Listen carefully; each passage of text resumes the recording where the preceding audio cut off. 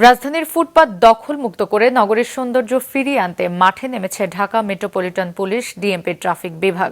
সকাল থেকে রাজধানীর বিভিন্ন গুরুত্বপূর্ণ সড়ক ও ফুটপাতে চলছে অবৈধ দখল উচ্ছেদ অভিযান। তবে কিছু কিছু জায়গায় ব্যবসায়ীদের সময় দিয়ে আজকের অভিযান শেষ করেছে ডিএমপি। মাহমুদুল হাসানের রিপোর্টে বিস্তারিত। রাজধানীতে কোনো কোনো হোটেল, গাড়ির টায়ার, নিত্যপণ্য কিংবা ফার্নিচারের দোকান তাদের সীমানা ছাড়িয়ে ফুটপাত ও সড়কের কিছু অংশ দখল করে ব্যবসা চালায়। এতে বছরের পর বছর ধরে হাঁটার পথটুকুও পাচ্ছে না রাজধানীবাসী। এ পরিস্থিতি বদলাতে আজ থেকে বৈধ সীমানার বাইরে ফুটপাত কিংবা সড়ক দখলকারী সব ব্যবসা প্রতিষ্ঠানের বিরুদ্ধে অভিযানে নেমেছে ডিএমপি।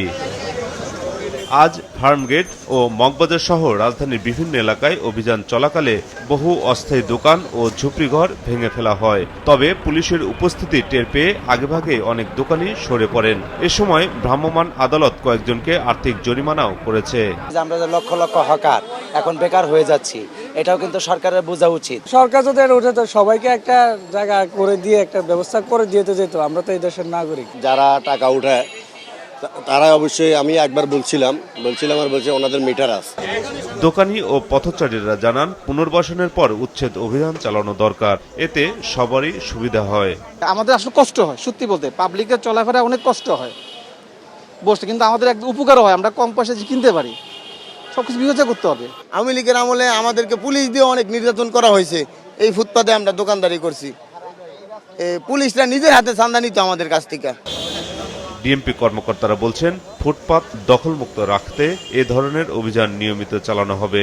অতিরিক্ত মুনাফার আশায়, অতিরিক্ত লোভের বশবর্তী হয়ে কিন্তু এই দোকানের এক্সটেনশনটা তারা করেন এবং আপনার বিদ্যুতের পোলের সাথে একটা দোকান লাগিয়ে ফেলেছেন।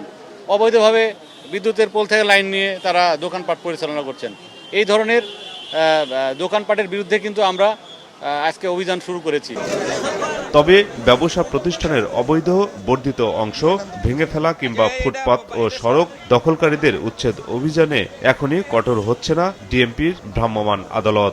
আমাদের এখানে এখন থেকে কেউ না কেউ আপনার দায়িত্ব থাকবে যে আসলে কেউ বসতেছে কিনা।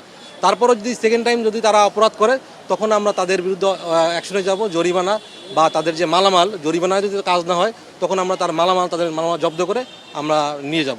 রাস্তার উপরে এই মালামাল তাদের দোকান আছে, দোকানের কোনো মালামাল রাস্তার উপরে রাখা যাবে না। সবার সাথে সমন্বয় করে উচ্ছেদ করা হবে অবৈধ ব্যবসায়ীদের। এই বিশেষ অভিযান টানা 5 দিন চলবে রাজধানীর বিভিন্ন ব্যস্ত এলাকায়। মাহমুদুল হাসান, মাছরাঙা সংবাদ, ঢাকা।